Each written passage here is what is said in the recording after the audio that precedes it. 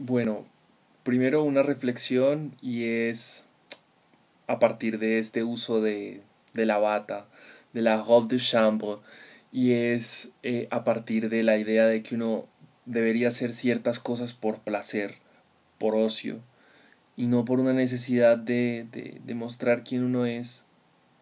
Si uno tiene, digamos, un cierto placer en ese ocio, podría, digamos, llevarse un poco más a la ligera esta vida, ¿no? Con menos seriedad, con menos gravedad, con la posibilidad incluso de poder ser uno diferente, no sé, expresarse con más facilidad, decir alguna grosería. Pero en el video de hoy no quiero hablar de ninguna de estas reflexiones, quiero hablar del discurso místico, y en este tipo de herbata burguesa, capitalista y acomodada puedo hablar mucho más fácil del discurso místico porque entonces no estoy tratando de meterme a mí mismo como místico. No. Entonces la mística también es un peligro. Lo que primero quería pensar con ustedes, que es que además lo escribí y todo, fue que la mística se usa para totalizar experiencias. Entonces, cuando tú tienes una relación con Dios, eso puede ser místico. Eso no puede ser místico. Entonces hay una relación que me problematiza mucho cuando alguien dice, esto es mística, esto no es mística. ¿Por qué o cómo se da eso si se trata de universalizar esa experiencia?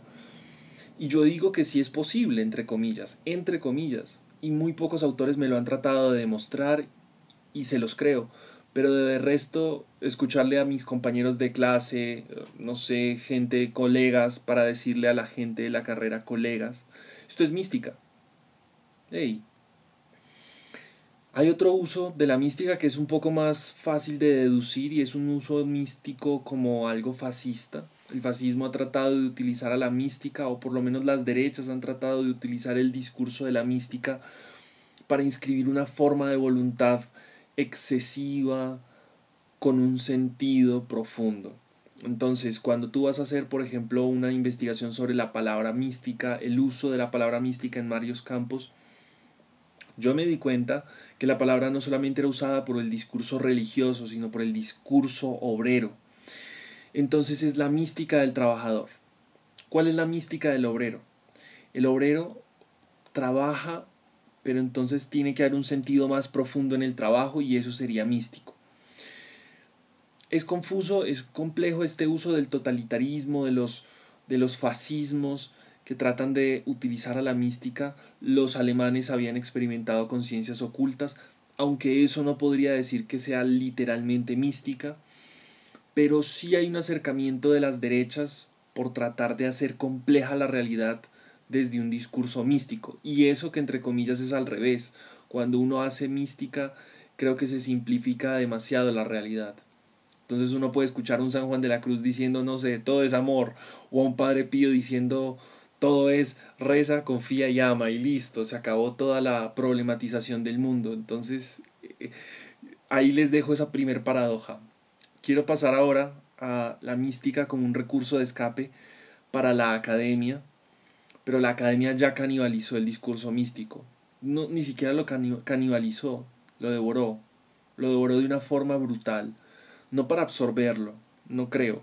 Sería muy escéptico en decir que la mística le ha aportado en algo a la carrera literaria por lo menos, y en otros discursos también lo habrá, ¿no? En la filosofía también, pensando la mística y las hermenéuticas, pensando también en las relaciones entre antropología y los estudios que se trata de hacer sobre comunidades tribales en el África y sus discursos, y sus formas de expresión, y sus relaciones de parentesco. Pero entonces, creer que la mística va a salvar a la academia, primero sería lo más peligroso que yo podría decir, y si lo llego a pensar, que me parta un rayo. Porque la mística no ha hecho más que reforzar estudios en la academia que, que la han vuelto lenta, que la han vuelto como si estuvieras hablando con un abuelo de demasiada edad y simplemente lees a San Juan de la Cruz, a Santa Teresa y sigues con la historia, ¿no? Entonces la academia creo que se ha devorado el discurso místico, no para alimentarse de él, sino para simplemente vomitarlo. Entonces, es un miedo constante, ¿no? Hacer mística, hacer una especie de investigación sobre la mística, termina uno eh, en una especie de cárcel que se supondría debería ser la libertad desde la mística. En fin, no voy a hablar de esa paradoja de la cárcel. Hay otro problema que también he notado en lo poco que he visto y en lo mucho que he visto al respecto de cómo la mística también se está transformando y se está tratando de adaptar a fenómenos como la mística del feminismo o mística desde lo queer, mística desde lo indígena, una mística desde la posmodernidad. También he visto, pues no sería obvio sino reiterativo, la mística desde el discurso colonial, se revisa como una forma histórica, pero también se le ha tratado de ver desde un sentido, no sé, tiene un sentido complejo para no hacer como tan dura la crítica, pero quiero también pensar que hay una mística desde lo burgués, ¿no? Muy fácil pensar, por ejemplo, en una novela de Clarice Lispector. Creo que es Agua Viva o es En la Hora de la Estrella. Cómo Clarice toma el discurso místico y le da 3 vueltas y pareciera que está esta mujer hablando con Dios. Puede que sí, hay gente que dice que Clarice es mística. De hecho, en la biografía de Clarice, una persona que la leía y que la lee, que la ama, me contaba que Clarice era bruja y había venido de hecho a reuniones de brujería en Cali, de hecho, un congreso. Pero, en fin, pensar entonces que el discurso místico se ha tratado de ramificar en ciertas disciplinas y en ciertos momentos también es peligroso, porque entonces se le está viendo la mística solamente como un problema de fluidez de géneros, la mística solo como un problema de comunidades tribales del África. Y eso que estoy diciendo tribal de una forma despectiva, ¿no? No es para decir que la mística desde el discurso posmoderno, entonces, de que ya no hay mística y nadie puede hablar de esto, sino que es buscando entonces en lugares donde no haya llegado la posmodernidad y el precapitalismo. Entonces es ridículo, ridículo y absurdo el tema del homosexual, ¿no? Entonces vamos a buscar místicos, pero que también hayan sido homosexuales. Esa es la cereza. Aquí estoy con este sol radiante de una luz brillante. La cereza del pastel, buscar maricas y místicos. Horrible, horrible. Es la forma más pegachenta de la academia de meterse todos los discursos de un solo bocado. Entonces esta mística de lo feminista, de la feminista, es complejísima, me parece horrible, porque entonces es como tratar de rescatar a la mujer, pero tratar de encontrarle a la mujer una unión con el amado, pero entonces ¿quién es el amado? O cómo se da esta relación de un feminismo desde lo queer, porque se supondría que es una mujer que trata de distanciarse de una especie de patriarcado, pero también entonces el amado se convierte en otra suerte de cárcel. No me quiero detener ahí, pero se le ha tratado también de acomodar a la mística un fenómeno desde el feminismo, que yo también considero peligroso, vuelve y juega. Estamos tratando con una categoría que se suponía que iba a ser una categoría para la libertad, para la fuga, y no lo ha sido. No lo ha sido, la academia se la devoró hace rato. Y sin embargo tengo esperanzas, eso no significa y no significa o es un apelo al abandono del estudio místico o al abandono y a la desesperanza, sino que es antes al revés, una crítica y una autocrítica de lo que sucede. En la familia también hay problemas. No es para lavar los trapos sucios en casa. Otro tema que también es problemático es cuando la persona estudia mística tratando de buscar en esta relación un escape, pero parece que el sistema, no sé si el sistema sea tan inteligente como para yo decir algo del sistema. Oh, sí, yo conozco el sistema, no. Pero sí es para pensar el problema de la mística en cuanto escape al sistema y termina siendo una cajetilla más del sistema. Entonces, primero porque ya la academia devoró ese discurso y segundo porque lo que significa supuestamente estar afuera del sistema simplemente es una forma de explicar el mundo para los hipsters raritos que no les sirve el típico marxismo que ven en la universidad y quieren meterse con algo chévere, ¿no? Entonces tengo el caso de gente allegada que quiero con mucho cariño y se mete a la mística como una especie de ocio. ocio, literalmente un parque de diversiones, porque aquí nadie se mete a estudiar ese tema y en Colombia pues a los pocos que lo hagan la gente les come cuento, ¿no? Entonces mi amiga o mi amigo, para no decir nombres, se metió a la mística, pero mejor dicho, como si fuéramos a hacer arroz con leche. Entonces, ¿qué es esto? Por otro lado, también quiero pensar que el mejor místico está muerto. Si usted quiere comparar místicos, busque los muertos. El místico solo sabe que muerto es místico. Entonces, me parece fatal, terrible y casi que fantasmagórico comenzarle a decir a un autor en vida místico. La cagaron, la fallaron. Ahora bien, el muerto no es peligro para considerar a un místico. Entonces es preferible que la persona esté muerta y ahí sí. Bueno, paso a otro punto de reflexión muy complejo y muy sencillo y es la mística y lo editorial. Me parece triste que estas dinámicas de mercado se tragan el discurso místico y lo editan y listo, lo publican. Eh, no es también un sinónimo de tristeza y desesperación, no. Pero sí es pensar como, por ejemplo, puedes impostar, fingir, eh, protagonizar el papel de místico que no lo tienes porque no tienes esa relación y listo, todo bien, pero es problemático cuando las editoriales comienzan a explotar a este autor y a seguirlo diciendo, este es místico, bla, bla, bla, bla, bla, bla, y comienza el tartamudeo desde la editorial. La editorial comienza a trastabillar un nombre de una persona que no conoce, que no sabe y que simplemente dice esto es mística. Yo estoy esperando qué editorial se va a meter las manos al bolsillo para comenzar a reeditar a Carlos Obregón, para sacarlo otra vez de esa burbuja de olvido de 2 o 3 típicas tesis de literato hipster, para sacarlo del olvido a Carlos Obregón y comenzar a pensarlo como un poeta místico, gracias a Dios que está muerto, pero también pensando que las editoriales van a seguir sacándote el rédito de un trabajo y de una experiencia que se supone que responde al autor. Entonces, ¿dónde está el fruto de la mística? Si no es un fruto para una editorial que va a decir esto es mística, yo la edito, la publico y la explico además, ¿no? Porque eso es contratar a un típico personaje que haga una introducción bonita sobre eso, ¿no? ¡Qué vaina! ¡Qué vaina! Y sigamos, y si no, nos volvemos al siglo de oro a seguir reeditando San Juan de la Cruz y a Santa Teresa de Ávila. Fantástico. Porque entonces editar místicos en Colombia es editar a Sor Josefa de Castillo y nos quedamos ahí. Nos quedamos ahí. Y si de pronto los románticos, modernistas, les tienen un poema a Dios, de pronto eso es mística. Sí, Amado Nervo. Amado Nervo, místico, fantástico. Cualquiera puede leer de literatura oriental y darse cuenta que Amado Nervo está cogiendo y reeditando esas cosas. En fin. La mística y la academia. Me da otro lado oscuro de la mística, es el archivamiento del material de investigación. Se supondría que el discurso místico es para dar libertad y no lo ha podido hacer.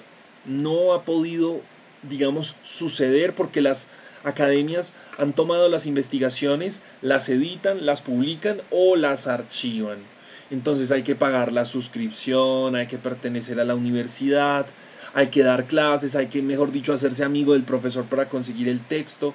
Y se ha hecho una vaina muy compleja y muy desasosegante para el que quiera estudiar mística, que tenga que buscar textos de la colonia, investigaciones de la colonia, todo lo que quiera buscar en vericuetos, porque no se puede encontrar desde el plano de vista horizontal, gratuito, libre, siendo textos tan fascinantes.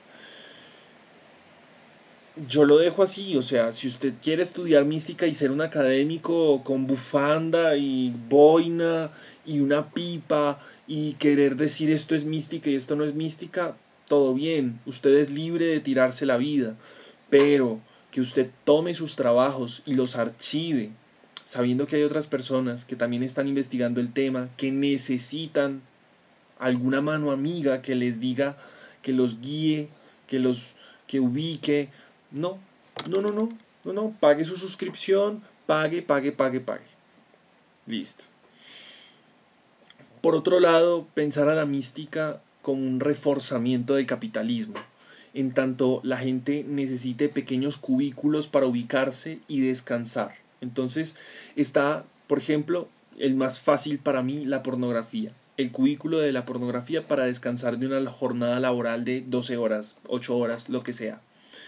Después de ese cubículo se pasa al cubículo de la literatura como una forma de descanso de este mundo capitalista, obrero, marginal y déspota. Ok. Pero entonces también está la ramificación de, por ejemplo, este discurso ligado entre religión y literatura, que es la mística, y es una forma de, sí, yo leo a San Juan de la Cruz y después vuelvo a trabajar. No sé si me capta la referencia. En cambio, vamos para el otro lado.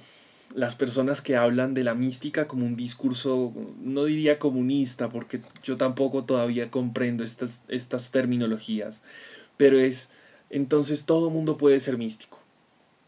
Y puede que sí, yo creo que sí.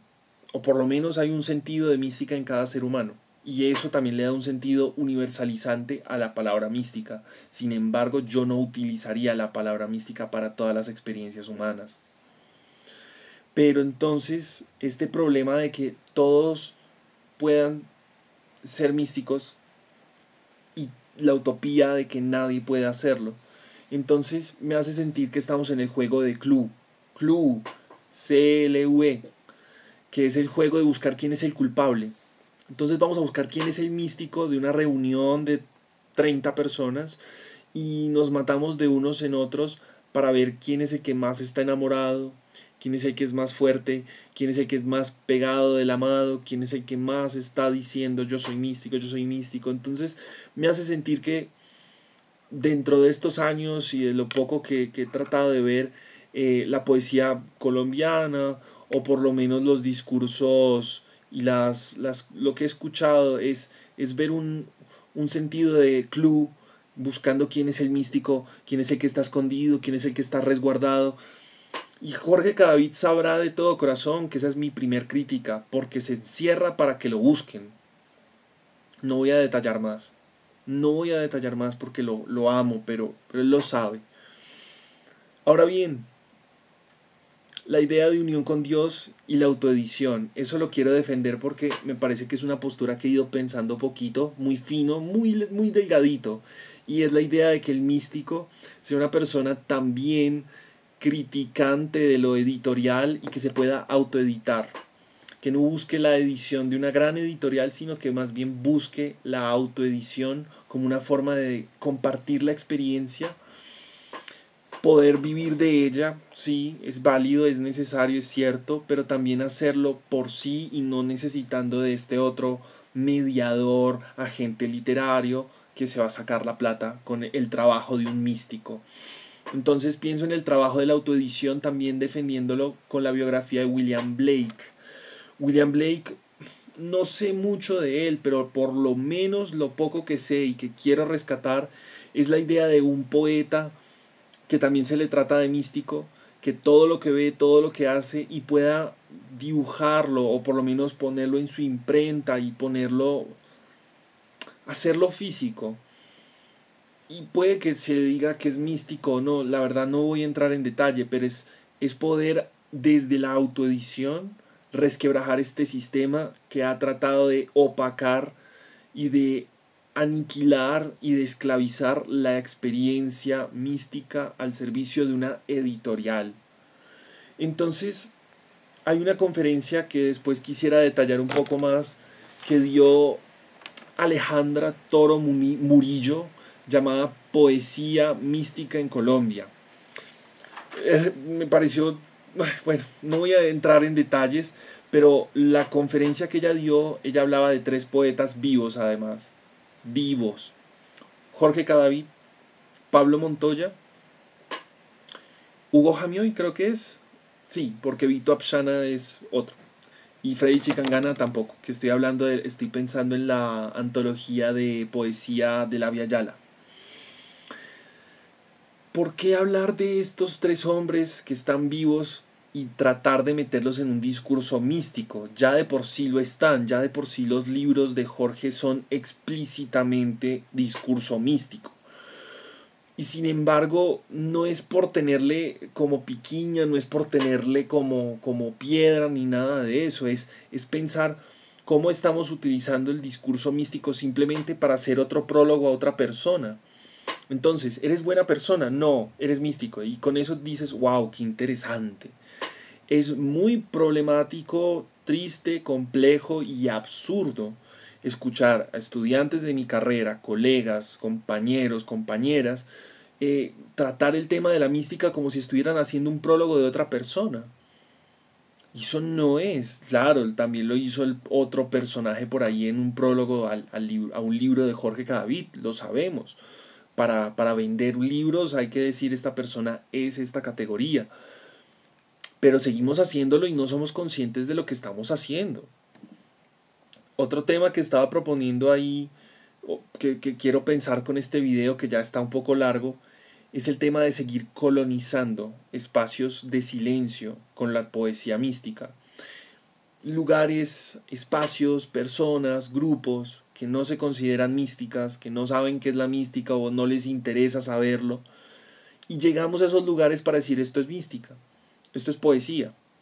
Y lo seguimos pensando desde un sentido, ay sí, agrupador, entonces vamos a buscar poesía mística afro, poesía mística indígena. No estamos haciendo aproximaciones de conjunto, estamos buscando hacer nichos culturales pequeñitos desde lo afro, pequeñitos desde el feminismo, pequeñitos desde lo indígena.